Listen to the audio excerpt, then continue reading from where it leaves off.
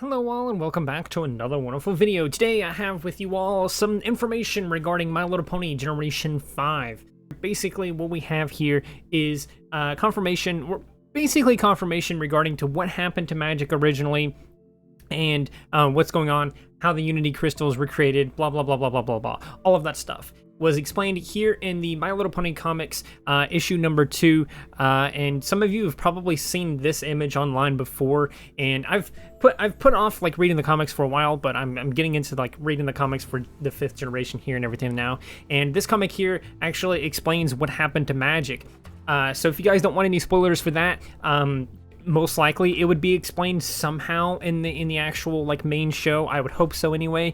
But yeah, it's all explained here. So without further ado, I'm going to bring you up to speed with this story. Basically, one of the Unity Crystals goes missing, and they try and find out what's going on. They end up in this forest, and this issue, they're exploring, and they end up finding ancient Canterlot behind these rocks in this like cave kind of thing. And then there's the gates there.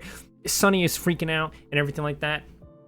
Very nice, interesting, blah, blah, blah. They actually end up at that donut shop that Twilight and her friends used to go to all the time, which I thought was kind of a neat little thing.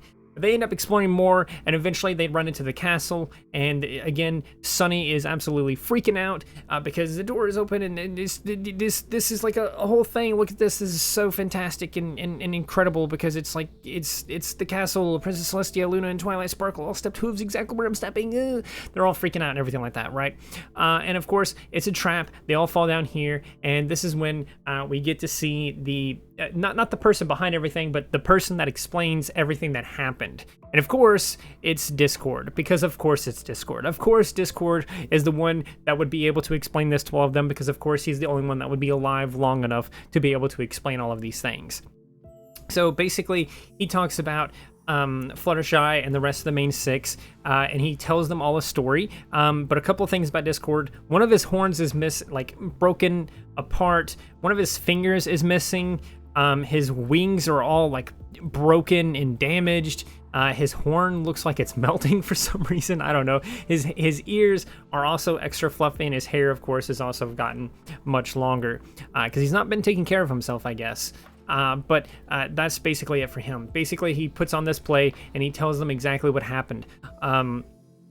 He talks about what happened, how a long time ago, him and the rest of the main 6, the Magnificent 7, as he called themselves, which I thought was a little goofy. He talks about how they brought peace to the world and everything like that, and there was just a time of utter peace and bliss, just pure and utter bliss, until a wicked pony came along who caused a pandemonium with her false ideas of a perfect Equestria.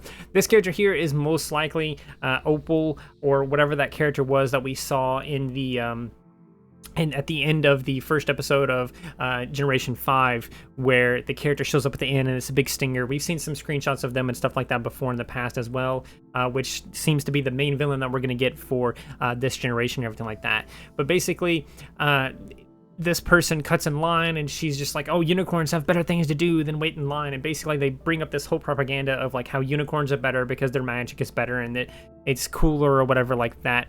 And she gets bullied, and Discord's there to comfort them or whatever like that. And it wasn't long before the ponies found themselves divided, and unicorns were banned from certain places. Pegasi were hated because they're dangerous. They can drop things on you and all that sort of jazz. And even some students and things like that Fluttershy and Discord were teaching would leave because they didn't have certain kinds of magic or something like that, right? And they were very upset about it. And then truly terrible things happened, much of which is far too frightful to describe. Things in Equestria became even more divided, but finally, after many moons of unrest, the Magnificent 7 were able to set things right. Of course, he's calling them the Magnificent 7 because he's including himself, even though he was probably barely part of it. This, to me, probably seems a bit like... if I had to guess, it would probably be the Wendigos, and they're like freezing things, and like this storm is like just from them or something like that, and they're all running from it because it's freezing everything, it's destroying everything, blah blah blah blah. That's what I would most likely assume what is happening here.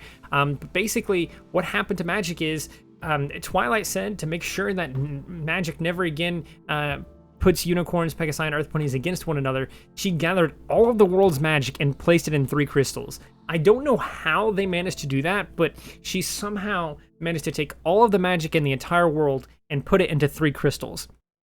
And so as long as they were kept together and everything like that, people would be able to live in harmony or whatever like that with their magic and everything.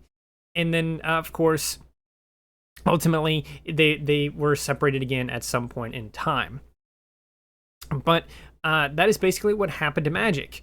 Discord explains that he was the one that stole it because he's not really sure if everyone should have magic after all, because at the end of the day, that's kind of what made everyone against each other. So his whole idea is that, you know, if we keep magic from them, maybe they won't be against each other anymore, and that could be a more peaceful life, a more peaceful existence for everyone. Even though he also wouldn't have magic and everyone else wouldn't have magic, this is kind of what he's claiming is the best option for everyone.